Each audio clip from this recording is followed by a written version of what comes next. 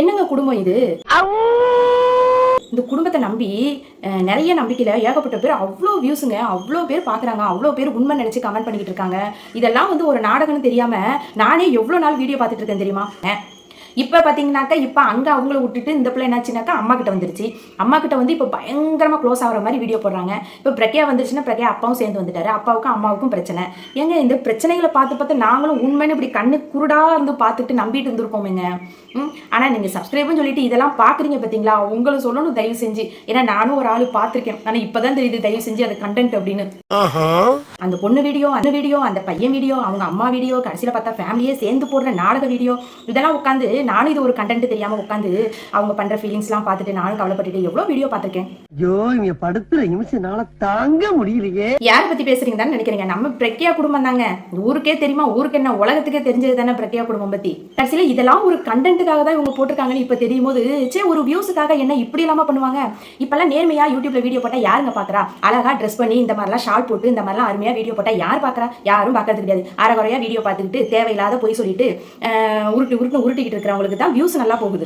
உண்மையாக வீடியோ போடுறவங்களுக்கு, மக்களுக்கு நல்லது சொல்கிறவங்கன்ற மாதிரி வீடியோ போடுறவங்களுக்கு ஒருத்தருக்கும் வியூஸ் போடுறது கிடையாது. ஆனால் இந்த பிரக்யா பொண்ணை சம்மதிக்கணும் கேட்டிங்களா? நல்லா படிக்குது, நல்ல டேலண்ட் இருக்குது, நல்லா டான்ஸ் ஆடுது, நல்லா ரீல்ஸ் பண்ணுது.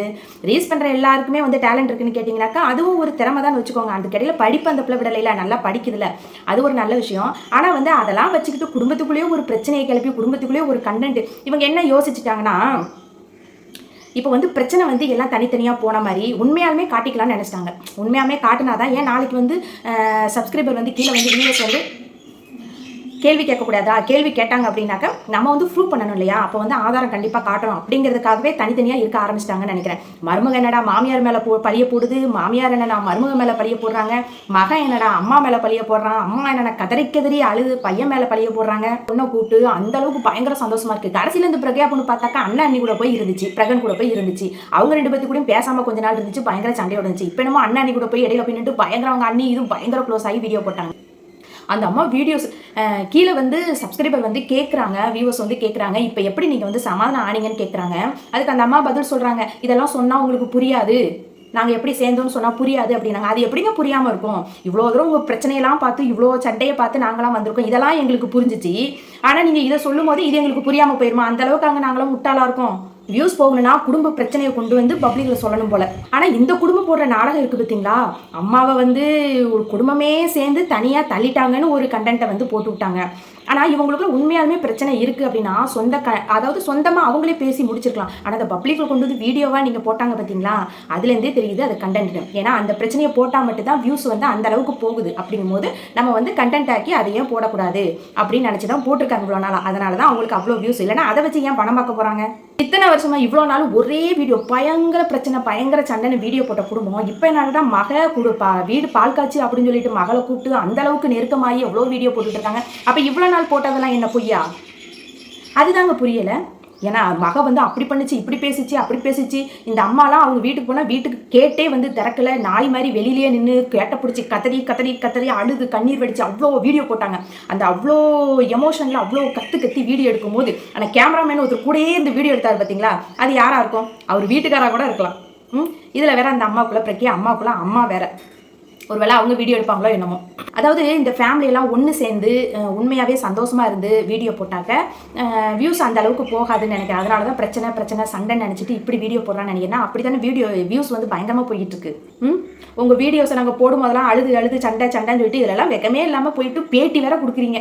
எல்லா சேனல்லையும் பேட்டி வேறு. அவ்வளோ பிரச்சனை, எங்கள் அம்மா அப்படி பண்ணாங்க, இவன் நகை எங்கே கேட்டாங்க, பிரகனுக்குள்ள அப்பா வந்து பிரகனோட ஒய்ஃபுக்கிட்ட வந்து இப்படியெல்லாம் வந்து ஜட்டி போட்டியா முன்னாடி ஆடு அப்படிலாம் சொல்லி சொன்னார், இப்படிலாம் சொல்லி சொன்னாங்கன்னா கேவலையும் இல்லாமல் போய் பேட்டி கொடுக்குறீங்க. குடும்பமாக இது எதுக்குங்க இந்த பொழப்பு? உண்மையாக அழகாக சேர்ந்து சந்தோஷமாக வீடியோ போட்டால் எவ்வளோ நல்லாயிருக்கும். ஆனால் ஒரு குடும்பமே வந்து ஒரு வீடியோ வீடியோ போடுறதுனா நடித்து வீடியோ போடலாங்க. ஆனால் இப்படி போலியாக நடித்து வீடியோ போடுறது தான் ரொம்ப தப்பு. ஆனால் இதையும் உட்காந்து பார்த்துட்டு இருக்கோம் பாருங்கள். நம்மளை சொல்லணும், குடும்பத்தில் அம்மா அப்பா சண்டனை, புருஷ முன்னாடி சண்டனை, அண்ணன் தங்கச்சி சண்டனை, அப்புறம் இவனை அடிச்சிட்டான் அவனை அடிச்சிட்டான், இந்த மாதிரி வீடியோ போட்டால் வியூஸ் சும்மா பிச்சுக்குது. அப்படி ஆனால் நம்மள மாதிரி நாங்களா ஒரு சின்ன யூடியூபர்ஸ் நாங்களா ஒரு ஏதாவது உண்மையை சொன்னால் கூட யாரும் நம்புறதுக்கு இல்லை, வியூஸும் போக மாட்டேங்குது, யாரும் டச் பண்ணி பார்க்க மாட்டேங்கிறாங்க. ஆனால் குடும்பத்துக்குள்ள ஒரு சண்டைன்னு போட்டாச்சுன்னு வச்சுக்கோங்க, அதுவும் இந்த புருஷ பொண்டாட்டி சண்டை அது இதுன்னு போட்டாச்சுன்னு வச்சுக்கோங்க, வியூஸ் அப்படி பிச்சுக்குது. அடுத்தவங்க சண்டையெல்லாம் அந்த அளவுக்கு வந்து இன்ட்ரெஸ்ட்டாக பார்க்குறாங்க நம்ம மக்கள். ஒரு குடும்பமே சேர்ந்து கண்டென்ட் கிரியேட் பண்ணி ஒரு வீடியோ போடுறாங்கன்னா அது ரொம்ப நல்லது. ஆமாவா சேனல் பார்த்துருக்கீங்களா? அது ரொம்ப நல்லா இருக்கு, எனக்கு ரொம்ப பிடிக்கும். அந்த சேனலில் அவங்க காமெடி ரொம்ப பிடிக்கும். அந்த அம்மா அவங்க பிள்ளைங்க பேர பிள்ளைங்கன்னு சேர்ந்து அவ்வளோ அழகாக வீடியோ போடுவாங்க, என்டர்டைன்மெண்ட் பண்ணுவாங்க. அவங்க வீடியோ பார்த்தா பயங்கரமாக சிரிக்கலாம், மெயின் மறந்து நம்ம பிரச்சனையெல்லாம் மறந்து சிரிக்கலாம், அந்த மாதிரி இருக்கும். அந்த மாதிரி வீடியோ போடலாங்க. இந்த மாதிரி வந்து குடும்பத்துக்குள்ள பிரச்சனைன்னு ஆக மொத்தத்தில் பிரச்சனை தான் வருது. இப்போவும் பாருங்க அந்த கண்டென்ட்டை மாற்றுவாங்க. இப்போ பிரக்யா பொண்ணு அம்மா கூட சேர்ந்துருச்சு, இப்போ கொஞ்ச நாள் கழிச்சு இவங்கள்ட்ட இருந்து சண்டை போட்டுட்டு திரும்ப அவங்க அண்ணன்ட்ட போகும், திரும்ப ஏதாவது ஒரு சிம்பத்தி கிரியேட் பண்ணுவாங்க. இவங்க குடும்பமே இப்படி தான் நாடகமாக போயிட்டு இருக்கு. இதில் பார்த்து முட்டாளானதை நானும் ஒருத்தர். யாரெல்லாம் இப்படி முட்டாளாகி உட்காந்துருக்கீங்க, யாரெல்லாம் நம்பிட்டு இருந்தீங்க அப்படின்னு சொல்லிட்டு தயவு செஞ்சு கமெண்ட் பண்ணுங்க. இந்த வீடியோ பிடிச்சா லைக் பண்ணுங்க, ஷேர் பண்ணுங்க, கமெண்ட் பண்ணுங்க, நம்ம சேனலை சப்ஸ்கிரைப் பண்ணி வச்சுக்கோங்க. பாய்.